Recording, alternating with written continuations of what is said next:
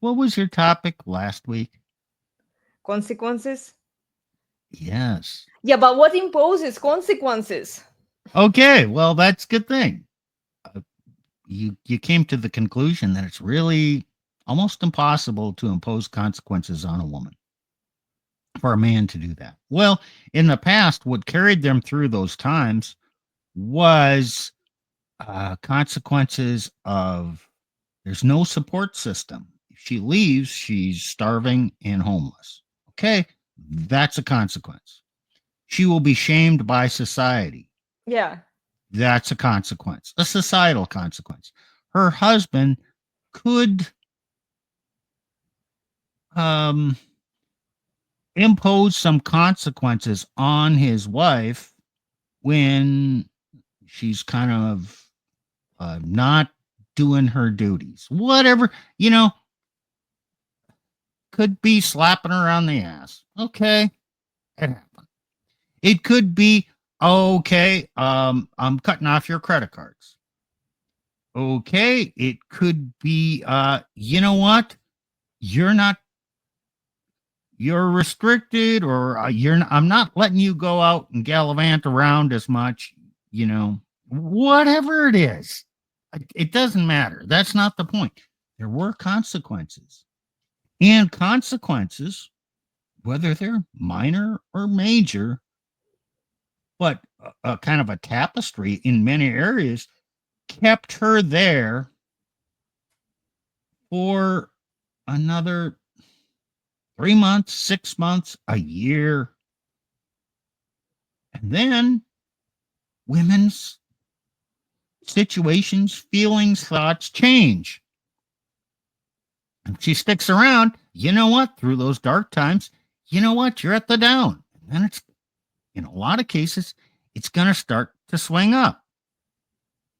But there's no consequences, societal, otherwise, that can carry a woman through those dark times.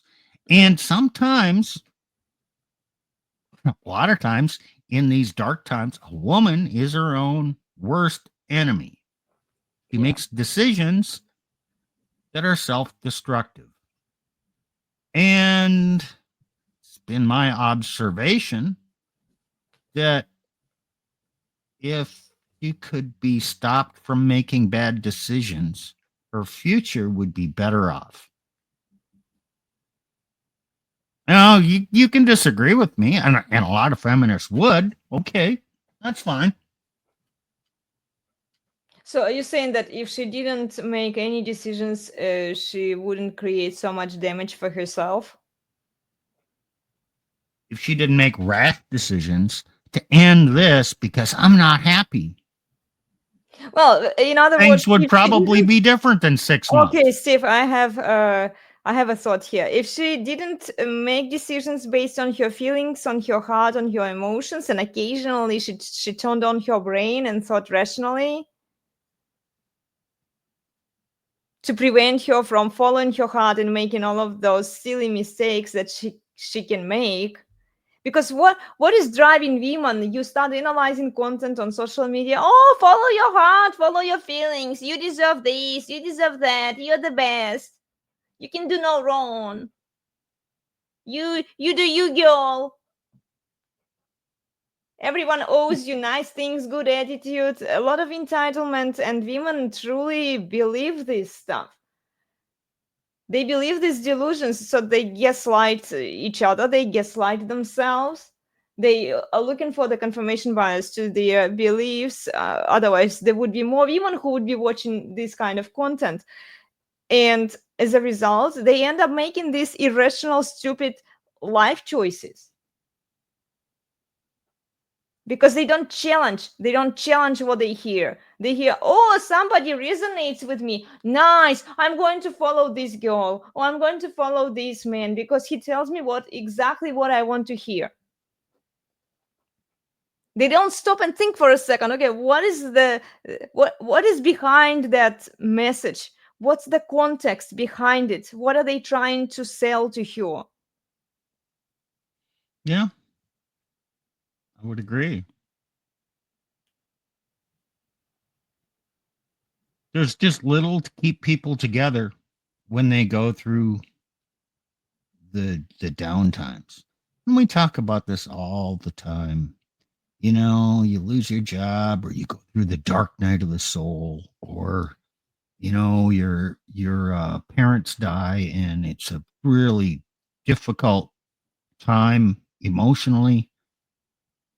Yeah, there's ups and downs in life, but there's very little to keep people together during the low times in life. But we're all going to experience them. Mm-hmm. And making a change at a low point is not necessarily going to lead you to anything better. What kind of change are you talking about? Okay, a man and a woman are at a low point in their marriage, and she Mm-hmm. decides to divorce him because I'm not happy and this isn't working. Yeah. So she divorces him, thinking that that's going to make her life better. Mm-hmm. Oftentimes it doesn't. Or she may go and hook up with a number of guys and have the excitement of that.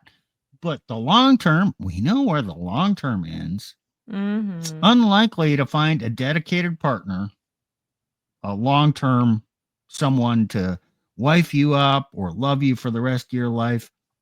If you're middle aged and Well, you and then get also remarried. it's So, it's also she's stacking up her body count, and this reduces well, her right. sexual market value. So even if So, a guy considers options, right, he will look into a woman with a lower body count right. But for my point long-term is, purposes.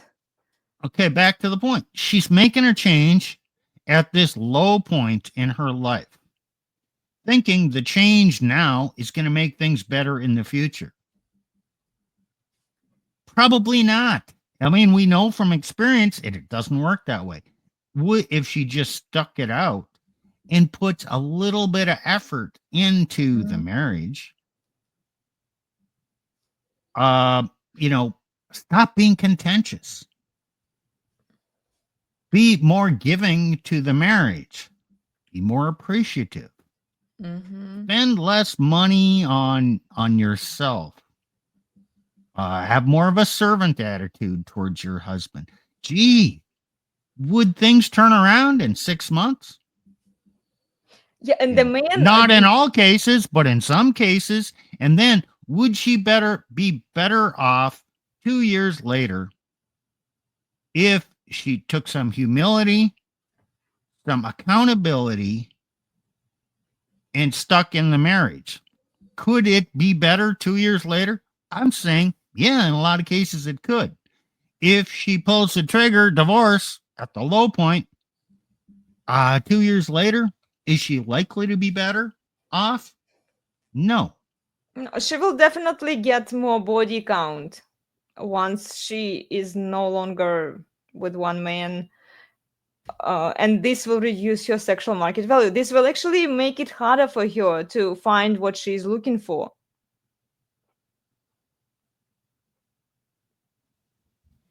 Yeah. But now she's older and wiser. Uh, and So no now, eggs, no fertile, no longer fertile. well, that's immaterial. Now she's older and wiser. So, okay, this first one didn't work. Hmm. Next time, I'm going to be more selective. Hmm. Okay, so you got more requirements, Yeah. and you're now 35. Yeah. So now the man has to earn this much, and he has to be in this shape, and he has to drive this car, and he has to be, you know, And attuning to my feelings, and I'm going to be independent, and I'm going to be equal to him. Okay, wait. We've gone through the delusion calculator. yeah. Now her pool of men she'll pick from is even more selective, and she's less desirable at 35 or 40 than she was at 25. You think she cares? So, Look, Steve. Okay, there is a difference between her perceptual sexual market value and her objective sexual market value. Her perceptual sexual market value is whatever she wants it to be, whatever she tells herself is. And we've seen it on whatever, I think on Fresh and Fit podcast, or maybe even on Access Vegas, where guys were asking women, rate yourself, evaluate yourself. And they all say that, oh, we are all 10, we are all special and unique. So they are all perfect the way they are, without even with their imperfections, but this is too deep. Okay, you don't go there, you just focus that they are 10 and they deserve the best man they can get.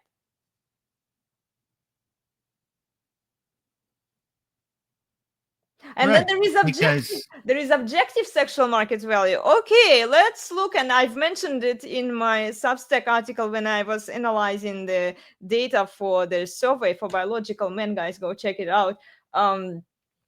Where I was saying that what kind of baggage she has, right? How old is she? Is she fertile, or she lost her fertility and she lost her sexuality? Then can she cook? Can she clean? Is she a wife material?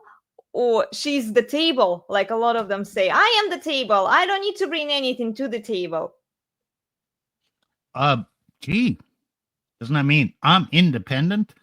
Well, pretty much. And as a result, most of them are independent, and they expect a man to commit 100% to them, but they don't want to do even the minimum of requirement that is expected from them to get that long-term security that they want. Because see, the government and the institutions, they give them the false illusions that they can be strong and independent without a man, because they can milk a bunch of simps out there. Yeah. So why would an independent woman commit to one man when she can milk a bunch of simps? And she will be the queen. She will be the goddess that the simps are worshipping.